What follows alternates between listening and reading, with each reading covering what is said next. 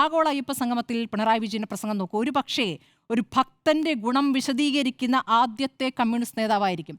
ഭക്തന്റെ ഗുണഗണങ്ങൾ എന്തായിരിക്കണമെന്ന് വിശദീകരിക്കുന്ന ലോകത്തിലെ തന്നെ ആദ്യത്തെ കമ്മ്യൂണിസ്റ്റ് നേതാവായിരിക്കും പിണറായി വിജയൻ. കാരണം അദ്ദേഹം അന്നവിടെ പ്രസംഗിച്ചത് ഭഗവത്ഗീതയെ ഉദ്ധരിച്ചുകൊണ്ട് ഒരു ഭക്തൻ എങ്ങനെയായിരിക്കണം, നല്ല ഭക്തന്റെ ലക്ഷണങ്ങൾ, അതാണ് അദ്ദേഹം അന്ന് പ്രസംഗിച്ചത്. അതൊരു കമ്മ്യൂണിസ്റ്റ് നേതാവിൽ നിന്ന് പ്രതീക്ഷിക്കുകയോ കമ്മ്യൂണിസ്റ്റ് നേതാവിൽ നിന്ന് പറയേണ്ടതുമായ പ്രസംഗമല്ല.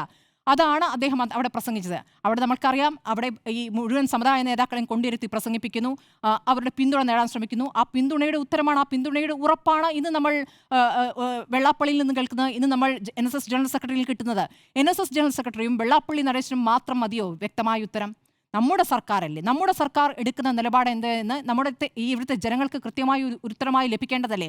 അവിടെ നമുക്ക് കോൺഗ്രസിന്റെ നിലപാടിനെ വിമർശിക്കാം, അവിടെ നമുക്ക് RSSന്റെ നിലപാടുകൾ വിമർശിക്കാം. ശരിയാണ്, RSS നടത്തിയ ഇരട്ടത്താപ്പ് നമ്മുടെ മുന്നിലുണ്ട്.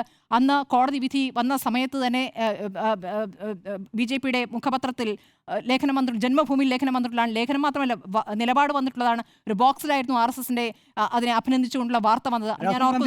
രാഹുൽ ഗാന്ധി അതൊക്കെ ആവർത്തിച്ച് പറയേണ്ട, നമ്മൾ ഇന്നലെ തൊട്ട് പറയുന്നതാണ്. രാഹുൽ ഗാന്ധിക്കും ഇക്കാര്യത്തിൽ യുവതീ പ്രവേശത്തിൽ സ്ത്രീ പ്രവേശം വേണം, യുവതീ പ്രവേശം വേണമെന്ന നിലപാടാണ്. പക്ഷേ കേരളത്തിലെ കോൺഗ്രസ് അന്നും ഇന്നും എടുക്കുന്ന നിലപാടും ആചാരത്തിനൊപ്പം എന്നുള്ള നിലപാടെടുക്കുന്നു. നമ്മൾ RSS നേതാക്കളെ BJP നേതാക്കളെയും പറയണം. O രാജഗോപാലും R ഹരി അന്ന് യുവതീ പ്രവേശത്തെ അനുകൂലിച്ചുകൊണ്ട് മാതൃഭൂമി വീക്കിലിയിൽ ലേഖന പരമ്പര എഴുതിയിട്ടുണ്ട്. അപ്പോൾ അതൊക്കെ അവിടെ ഇങ്ങനെ തെളിവായി കിടക്കുകയാണ്. നമുക്കറിയാം എപ്പോഴാണ് ഈ ഷിഫ്റ്റ് വരുന്നത്.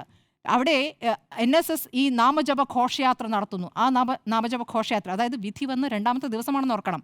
നാമജപ ഘോഷയാത്രയിൽ സ്ത്രീ പങ്കാളിത്തം, വലിയ രൂപത്തിൽ വിശ്വാസികളുടെ പങ്കാളിത്തം വരുന്നു. അവിടെ നിന്നാണ് RSS ഘടകം മറിയുന്നത്. അവിടെ RSS നിലപാട് മാറ്റുകയും അവർക്കൊപ്പം എന്നുള്ള സമീപനം എടുക്കുകയും ചെയ്യുന്നു. അത് അറിയാതെയാണെങ്കിലും ശ്രീധരൻപിള്ളയുടെ പ്രസംഗം, സുവർണാവസരം എന്നുള്ള പ്രസംഗം നമ്മൾ കേൾക്കുകയുമാണ് ചെയ്തത്. കോൺഗ്രസ് അവിടെ ഈ വലിയ ബഹളത്തിലേക്കൊന്നും പോയിട്ടില്ല എങ്കിലും നിലപാട് വ്യക്തമാക്കിക്കൊണ്ട് അതിൽ നിന്ന് കൃത്യമായ രാഷ്ട്രീയ ലാഭം കോൺഗ്രസ് നേടുകയും ചെയ്യുന്നുണ്ട്.